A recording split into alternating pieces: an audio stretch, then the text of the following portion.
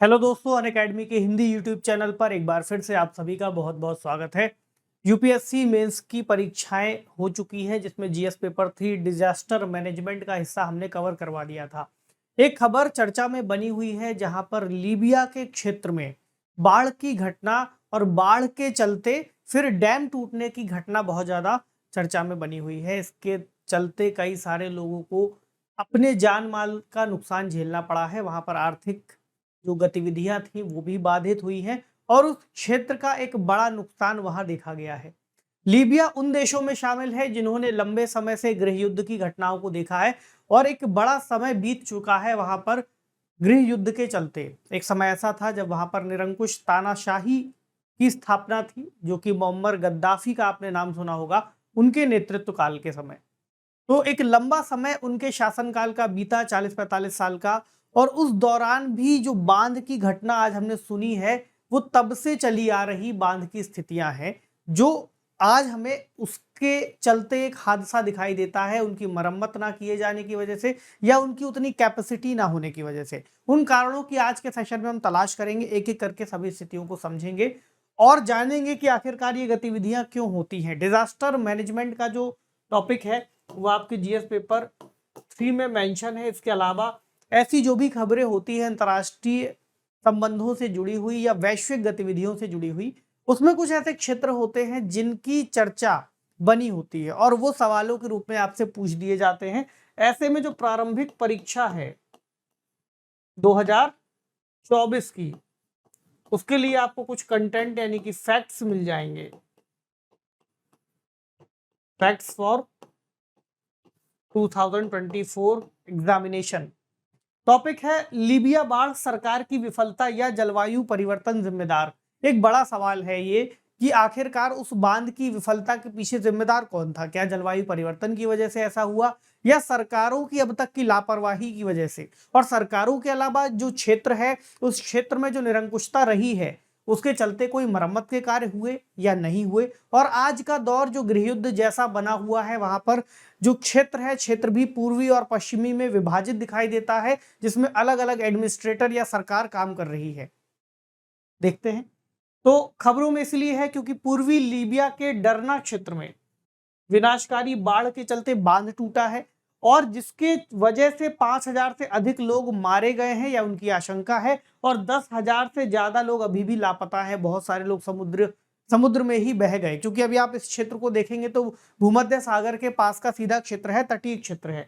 तो डैनियल नाम का एक तूफान आया था, भूमध्य सागरीय तूफान, जिसके वजह से बांध यानी कि बारिश हुई। जब जैसे ही तूफान आया तो बारिश की वजह से जो पानी का फ्लो है बहुत तेजी से बढ़ा और वहां पर दो बांधों की अवस्थिति थी, जिसमें दोनों ही बांध फिर टूट गए अचानक से।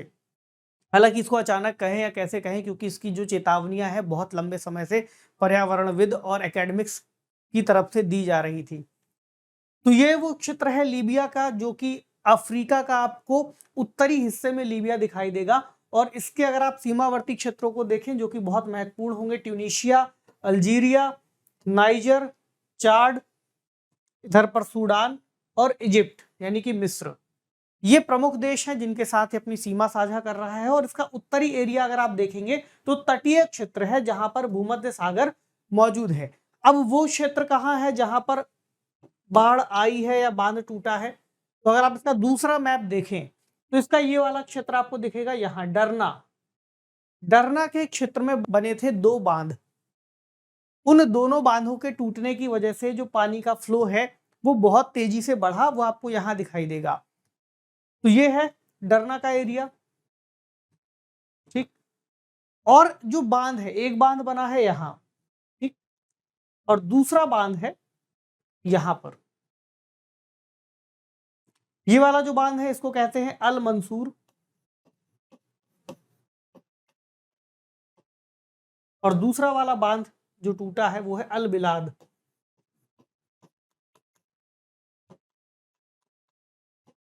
ठीक। एक सवाल आपसे ये पूछा जा सकता है कि हाल ही में चर्चा में रहा शहर डरना, निम्नलिखित में से किस देश से संबंधित है, और सामने आपको 4 विकल्प दे दिए जा सकते हैं। तो इस हिसाब से भी आपको चीज़ों को कनेक्ट करना है, याद रखना है। सवाल कैसा भी पूछा जा सकता है, या फिर ये पूछा जा सकता है कि लीबिया के आसपास कौन-कौन से देशों की अवस्थिति है, या कौन-कौन सी प्रमुख यहाँ पर नदियाँ मौजूद हैं, या पहाड़ी इलाके कौन से, तो वो देख लीजिएगा। हालाँकि बाढ़ मैनेजमेंट यानी कि आपदा प्रबंधन वाले क्षेत्र में अभी हाल में सवाल पूछा गया है, आगे भी हो सकता है पूछ लिया जाए। ठीक, तो डरना फ्लडिंग का ये हिस्सा है। अब आते हैं उस हिस्से पर जहां पर इसके कारण और प्रभावों पर चर्चा होगी कि आखिरकार वो कौन-कौन सी परिस्थितियां थी जो इस बांध के टूटने के लिए जिम्मेदार मानी गई हैं। पहला तो बांधों का स्ट्रक्चर होगा। दूसरा, क्या कोई प्राकृतिक वजह वजह भी वहां पर रही है, वहां की अवस्थिति के हिसाब से, वहां की जलवायु के हिसाब से, वहां की मिट्टी के हिसाब से। इसके बाद क्या कुछ ऐसे मानव जनित कारण रहे हैं, सरकारों की लापरवाही, स्ट्रक्चर की विफलता। तो पहले देखें कि बाढ़ में बांधों की क्या भूमिका रही लीबिया के क्षेत्र के अंतर्गत। इसमें आपको समझ में आएगा कि जब से ये बांध बना है, काफी लंबे समय से इन बांधों का निर्माण किया गया था, काफी समय पहले, तो इंजीनियरों ने जितनी बारिश यहाँ होती है उसका अनुमान थोड़ा सा कम लगाया, और बांध की जो क्षमता थी, ऐसा बताया जाता है कि जितना वहां पर बारिश हुई है उसके हिसाब से कम थी। ठीक, दूसरा, उस क्षेत्र में मरुस्थलीकरण की स्थितियां देखी जा रही हैं, यानी क्षेत्र में जो जल धारण करने की क्षमता है वो बहुत तेजी से गिरती जा रही है। जो वहां पर वनस्पतियां थी, पेड़ पौधे थे, वो तेजी से खत्म हो रहे हैं, जिसके चलते जो मिट्टी की उपजाऊ क्षमता है, पेड़ पौधों की जड़ों की वजह से जो पानी को जड़ें बांध करके रखती हैं मिट्टी के भीतर, और मिट्टी को भी बांध करके रखती हैं, अब वो संरचना खंडित होती जा रही है, और जो भूमि है वो धीरे धीरे बंजर होती जा रही है। बंजर होने की वजह से भूमि सख्त हो जाएगी, और वहां पर जो पोर हैं, जो पानी को भीतर सोखते हैं, उनकी क्षमता में गिरावट आ जाएगी, जिसकी वजह से जो सतही जल है वो तेजी से आगे की ओर बढ़ेगा, ना कि सतह के भीतर जाएगा। और वही स्थितियां यहाँ देखने को मिली 1970 के दशक के बाद से। रखरखाव की कमी, दूसरा उसका जो हाइड्रोलॉजिकल डिजाइन था उसमें भी कमियां देखी गई, जिसके चलते वो जो बड़े बांध थे वो तूफानों को झेल पाने में असमर्थ देखे गए, और उसका प्रभाव अभी हुआ। इसके अलावा ऐसा भी है कि वहां पर कई सारे जो विशेषज्ञ हैं वो लंबे समय से चेतावनियां देते आ रहे हैं, लेकिन उनकी चेतावनियों को बहुत ज्यादा ध्यान नहीं दिया गया। जलवायु परिवर्तन की भूमिका को देखें तो अत्यधिक वर्षा हुई है, दशकों से वहां पर मूसलाधार बारिश हो रही है, जिससे मृदा अपरदन और अपवाह जैसी स्थितियां बहुत खराब हुई हैं। अपवाह तेजी से बढ़ गया है, और मिट्टी का कटाव भी बहुत हो गया है, जिसकी वजह से जो बांधों का एरिया है वो धीरे धीरे नीचे की उसकी जो बीम है वो कटती जा रही थी। ठीक, उसकी नींव कमजोर हो रही थी। और भूमि की स्थिति में भी परिवर्तन हुआ है। जलवायु परिवर्तन की वजह से भूमि शुष्क हुई है, कठोर हो गई है, वनस्पति आवरण में कमी आई है, जैसा भी हमने पीछे डिस्कस किया। इसके अलावा भूमि की जो जल धारण की क्षमता है वो भी कम हो गई है, और जब भी कभी ऐसा होता है तब बाढ़ आने के खतरे ज्यादा हो जाते हैं, क्योंकि फिर पानी जमीन के भीतर नहीं जाएगा और बाहरी क्षेत्रों की ओर या निचले क्षेत्रों की ओर आगे बढ़ेगा। ठीक, इसके अलावा शुष्कीकरण, जलवायु परिवर्तन से उपजाऊ भूमि शुष्क भूमि में परिवर्तित हुई है। बेसिकली वही जलवायु परिवर्तन के प्रभाव है। इसलिए ऐसा कहा जाता है कि वनों का आवरण बहुत महत्वपूर्ण है क्षेत्र से बाढ़ और सूखे को रोकने के लिए, ठीक, ग्राउंड वाटर रिचार्ज करने के लिए। ठीक है, चलिए, दूसरा इसका जो कारण है वो है लीबिया में सरकारी तंत्र जो है इस तरह से उसने उपेक्षा की सारी चीजों की कि उसकी वजह से बांध टूट गए। तो दशकों से उपेक्षा की जा रही है। बांधों की मरम्मत जो किया जाना था उसकी आवश्यकता थी, लेकिन देश में गृहयुद्ध की स्थितियां हैं। हमने आपको पहले बताया कि देश लगभग 2 हिस्सों में बटा हुआ है, एक पूर्वी, एक पश्चिमी। तो एक लंबे समय तक इस देश में एक तानाशाही व्यवस्था चली है मुअम्मर गद्दाफी के नेतृत्व में। उसके बाद 2010 के आसपास उन्होंने इस बात को समझा था कि क्षेत्र में हमें जो बांध मौजूद हैं, क्योंकि यहाँ पर एक बार पहले भी 1986 के आसपास बहुत ज्यादा बाढ़ की स्थितियां बन चुकी हैं। हालांकि बांध तब खड़े रहे थे, लेकिन बांध कब तक खड़े रहेंगे, उसमें दरारें आनी शुरू हो गई, बांध की संरचना खराब होने लगी। 2010 के आसपास एक कंपनी को टेंडर दिया गया, लेकिन 2011 आते आते मुअम्मर गद्दाफी को वहां से हटाए जाने की प्रक्रिया शुरू हो चुकी थी। जो क्षेत्र के लोग थे उन्होंने मिस्र में ऐसी गतिविधियों को देखा, तानाशाही शासन को खत्म होते जो प्रक्रिया चल रही थी उसको बढ़ावा मिला, और इस क्षेत्र से उन्हें हटाया गया। जब हटाया गया तो प्रशासन या देश की जो स्थिति थी राजनीतिक स्थिरता थी वो बहुत ज्यादा खराब हुई और देश में लगभग गृह युद्ध की स्थिति बन गई।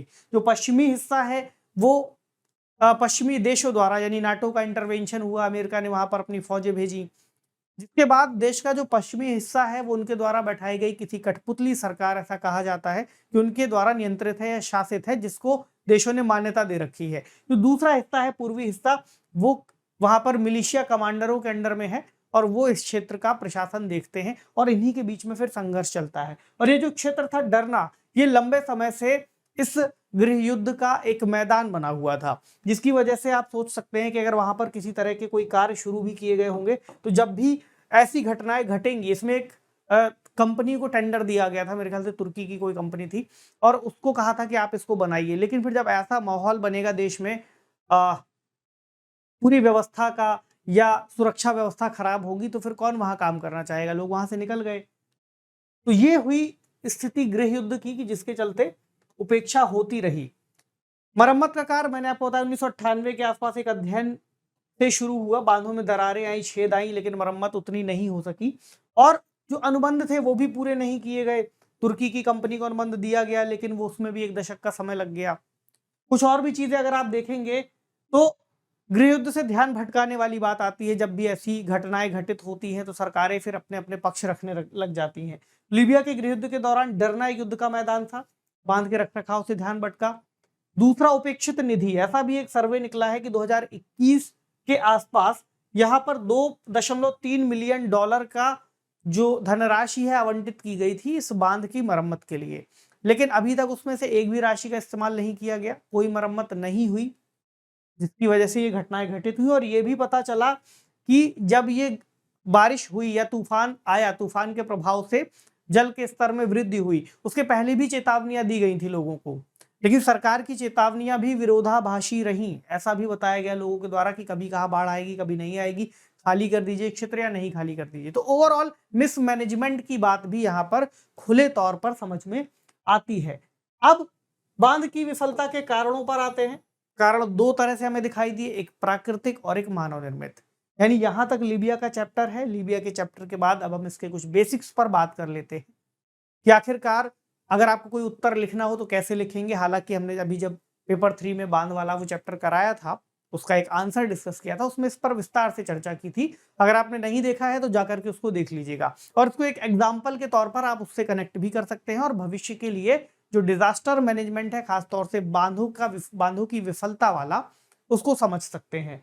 तो अप स्ट्रीम बाढ़, जब भी कभी तेजी से बारिश होगी तो ऊपरी क्षेत्रों में, अप स्ट्रीम मतलब नदी की ऊपरी धारा, डाउन स्ट्रीम मतलब नदी की निचली धारा, ऊपरी क्षेत्रों में जब भी बांध का निर्माण किया जाएगा तो पानी को वहां रोका जाएगा, फिर धीरे धीरे नीचे छोड़ा जाएगा।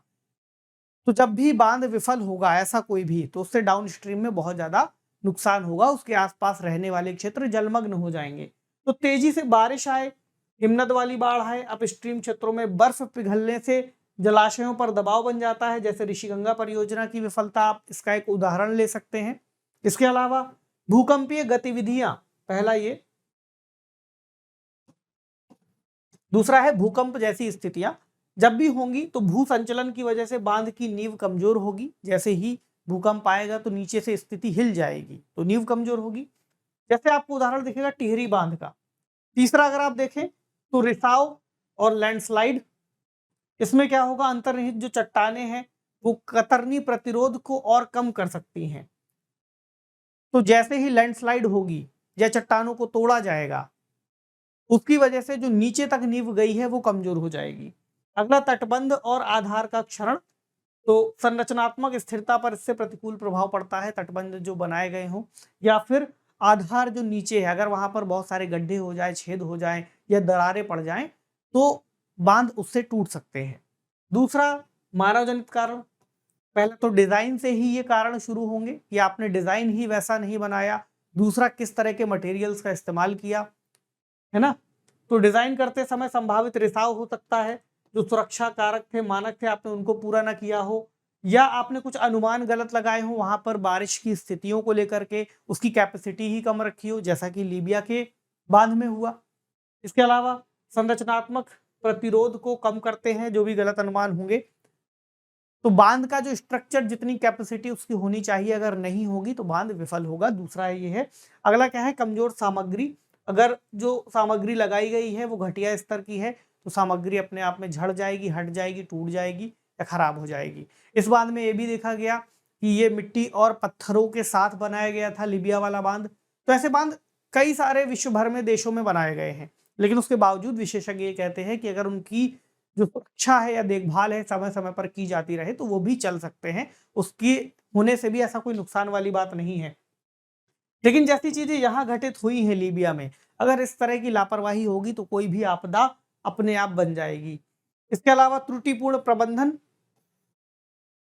जलाशय का संचालन, निरीक्षण की कमी। अब भाई बारिश हुई है, बहुत तेज बाढ़ आई है, बाढ़ खत्म हो गई, दोबारा कोई गया ही नहीं बांधों पर देखने, या गया तो उसका कोई रिकॉर्ड मेंटेन नहीं किया, किसी को सूचित नहीं किया, दोबारा रिपोर्ट बनी भी तो उस रिपोर्ट के आधार पर कार्रवाई नहीं की गई, प्रबंधन ने कोई ध्यान नहीं दिया, जो खर्च के लिए पैसा आवंटित किया गया उस खर्च का इस्तेमाल ही नहीं हुआ, लोग अपनी राजनीति में लगे रहे, गृह युद्ध में लगे रहे, और अंततः परिणाम उन लोगों को भुगतना पड़ा जो उस क्षेत्र में रहते थे। उनके परिवारों को नुकसान हुआ, उनको वित्तीय नुकसान हुआ, उनके घर बार टूट गए, उनकी कारें बह गईं, वहां पर सड़क और जो भी इंफ्रास्ट्रक्चर डेवलप किया गया था वो भी टूट गया। खनन और उत्खनन की गतिविधियां जिम्मेदार हैं। आसपास के क्षेत्रों में जैसे ही खनन होगा तो चट्टानी जो संरचनाएं हैं वो कमजोर होंगी। इसके अलावा पुराने बांधों की कार्यक्षमता कम हो जाती है, जैसे कि मुल्ला पेरियार बांध इसका एक उदाहरण है। तो जब भी ऐसे बांधों की क्षमताएं खत्म हो जाएं तो उन बांधों को जिस तरह बनाने की प्रक्रिया का एक संचालन होता है उस तरह उनको खत्म करके हटाने की प्रक्रिया का भी एक संचालन किया जाना चाहिए। अभी हम ये सुझावों में शामिल करेंगे। तो बांध सुरक्षा अधिनियम, अगर हम लीबिया से हटकर अब भारत पर आए तो भारत पर क्या क्या कार्रवाइयां की जाती हैं, भारत के भीतर इसका मैनेजमेंट कैसे किया जाता है, एक सवाल आपसे पूछा जा सकता है। तो वहां पर आप इसका जिक्र जरूर करेंगे, बांध सुरक्षा अधिनियम 2021 का। इसका उद्देश्य है देश भर में जो भी बांध बनाए गए हैं उनकी निगरानी करना, उनका निरीक्षण करना, संचालन करना और रखरखाव करना। इसमें प्रक्रियाओं में बहुत सारे निर्देश और नियमों को शामिल किया गया है। यह अधिनियम देश के सभी निर्दिष्ट बांधों पर लागू होता है। कोई ये पूछे किस किस बांध पर है, तो सभी जो भी सूचित हैं, ठीक है, जिनकी एक लिस्ट बनी हुई है। और इसमें इसकी भी चर्चा है, यानी कि वे बांध जो 15 मीटर से अधिक ऊंचे हैं या 10 से 15 मीटर के बीच के हैं। अभी जैसे लीबिया वाला जो बांध है इसकी ऊंचाई लगभग पहले वाले की 74 मीटर के आसपास थी, तो वो तो बहुत बड़ा बांध था, ठीक। और कुछ निश्चित डिजाइन और संरचनात्मक शर्तें इसमें दी गई हैं। इसमें अगर देखें प्रावधानों में 2 राष्ट्रीय निकायों की चर्चा है जो इसके मैनेजमेंट से जुड़े हैं। इसी तरह आपको 2 निकाय स्टेट वाइज भी दिखाई देंगे। तो राष्ट्रीय वाले देख लें, फिर स्टेट वाले देखते हैं। बांध सुरक्षा पर राष्ट्रीय समिति, ये इससे जुड़ी हुई नीतियों को डेवलप करेगी और नीतियों से संबंधित कुछ सुझावों को देगी। जो नीतियां बनेंगी उनके इम्प्लीमेंटेशन का काम राष्ट्रीय बांध सुरक्षा प्राधिकरण को दिया जाता है, अथॉरिटी को दिया जाता है, और ये क्या करेंगी, नीतियों को लागू करेंगी और राज्य बांध सुरक्षा संगठनों या SDSO और उस राज्य के किसी भी बांध स्वामित्व धारक के बीच मामलों को हल करेंगी। क्योंकि बांधों का स्वामित्व अगर किसी निजी क्षेत्र के पास है तो वो कैसे रखरखाव को कर रहे हैं ये प्राधिकरण निर्दिष्ट करेगा। 2 राज्य स्तरीय निकाय भी हैं। पहला है SDSO जिसकी पीछे चर्चा की गई है, यानी कि राज्य बांध सुरक्षा संगठन। ये बांधों की सतत निगरानी, निरीक्षण और मॉनिटरिंग से संबंधित है। और इसमें जो समिति है वो है बांध सुरक्षा पर राज्य समिति, जो राज्य से जुड़े हुए बांध संबंधी नियमों को देखती है, नीतियों का अनुपालन कराती है। यानी राज्य बांध पुनर्वास कार्यक्रमों की निगरानी, कार्यों की समीक्षा और बांध सुरक्षा के संबंध में अनुशंसित उपायों की प्रगति की समीक्षा, की जो भी उपाय बनाए गए हैं, जो कार्य आदेश दिए गए हैं उनका अनुपालन ठीक तरह से होता रहे। इसके अलावा बांध मालिकों का क्या दायित्व है ये भी यहाँ पर दिया है। तो बांध के सुरक्षित निर्माण, बांध का संचालन, रखरखाव और पर्यवेक्षण स्वामित्व धारक यहाँ पर उत्तरदायी होगा। प्रत्येक बांध में एक बांध सुरक्षा इकाई बनानी होगी जो बांधों का निरीक्षण करेगी। इसके अलावा मानसून के पहले भी निरीक्षण होगा और मानसून के बाद होगा। जब भी कभी भूकंप आएगा, बाढ़ आएगी, लैंडस्लाइड होगी, उसके बाद भी जाकर के निरीक्षण करना होगा। ऐसे कोई संकेत हो या कोई संकट आ जाए तब भी निरीक्षण करना होगा, और यदि किसी तरह की कोई नुकसान हुआ है उसकी मरम्मत करानी होगी और उसका रखरखाव ठीक तरह से करना होगा। तभी आने वाले समय में हम किसी बांध या बाढ़ जैसी आपदा से निपट सकते हैं, जो कि बांध की वजह से, बांध टूटने की वजह से होती है या बांधों की विफलता की वजह से होती है। तो भारत में बांध सुरक्षा सुनिश्चित करने के लिए और क्या किया जाना चाहिए, एक सवाल पूछा जाएगा। इसमें कुछ सुरक्षा से जुड़े हुए उपाय हैं जो आपको अपनी तरफ से यहाँ देने हैं। तो आप कुछ बातों को लिख सकते हैं, जैसे जलवायु परिवर्तन के साथ साथ जो जल के मुद्दे पर वास्तव में सावधानीपूर्वक और सक्रिय रूप से विचार करना होगा, यानी जल का भंडारण हम करते हैं। मैंने आपको पहले भी बताया है कि बांधों का निर्माण क्यों किया जाता है, ताकि जो जल से जुड़ा हुआ संसाधन है हम उसका अधिकतम और सकुशल उपयोग कर सकें, है ना। अपने घरेलू उद्योगों, घरेलू क्षेत्रों की पूर्ति के लिए, उद्योगों के लिए, या जो सिंचाई व्यवस्था है उसके लिए बांध से एकत्रित किए गए जलाशय में जो जल एकत्र है उससे कुछ नहरों का निर्माण करते हुए हम कृषि क्षेत्र में जल को पहुंचा सकते हैं। तो इस वजह से बांधों का निर्माण किया जाता है। लेकिन जल भंडारण का बुनियादी ढांचा जो है उसके विकास पर समग्र योजना प्रक्रिया में बांध को बंद करने को भी शामिल करना चाहिए। जैसे बांधों का निर्माण महत्वपूर्ण है, वैसे ही एक समय के बाद जब बांधों का इस्तेमाल हो जाए या वो अपनी जितनी समय काल के लिए बनाए गए हैं उस समय काल को पूरा कर लें और उनकी क्षमता खत्म हो जाए पानी को धारण करने की, या जिस उद्देश्य की पूर्ति के लिए बनाए थे अब वह उद्देश्य को पूरा नहीं कर सकते, उसके बाद बांधों को बंद करने के लिए भी प्रक्रिया पर ध्यान देना चाहिए। मुल्ला पेरियार बांध इसका एक उदाहरण है। तो ऐसे कई मुद्दे तब भी आते हैं जब अंतर्राज्यीय जल विवाद हो। ऐसे में एक व्यापक अम्ब्रेला प्राधिकरण भी बनाया जा सकता है, कोई अम्ब्रेला अथॉरिटी बनाई जा सकती है जो इस तरह के अंतर्राज्यीय विवादों को देखे, जो जल से जुड़े हों या बांधों से जुड़े हों। ठीक है, तो आज के इस डिस्कशन में बहुत सारी बातें जरूरी थी, आप उनको नोट कर लीजिएगा, और इससे जुड़ा हुआ एक सवाल है वो भी सॉल्व कर लीजिए। यूपीएससी में 2023 का ही सवाल हमने ले लिया है। बांध की विफलताएं हमेशा विनाशकारी होती हैं, खासकर निम्न भूभाग में, जिसके परिणाम स्वरूप जान माल की भारी क्षति होती है। बांध विफलताओं के विभिन्न कारणों का विश्लेषण कीजिए और बड़े बांधों की विफलता के 2 उदाहरण दीजिए। आप इसमें अब लीबिया वाले बांधों का उदाहरण भी दे सकते हैं। इसके अलावा हमने कुछ अन्य बांधों की भी चर्चा की थी पिछले डिस्कशन में। अगर आपने नहीं देखा है तो आप उसको जरूर देख लीजिएगा, ताकि आप इसका उत्तर भी वहां से पा सके। उसका लिंक आपको डिस्क्रिप्शन बॉक्स में दे दिया जाएगा।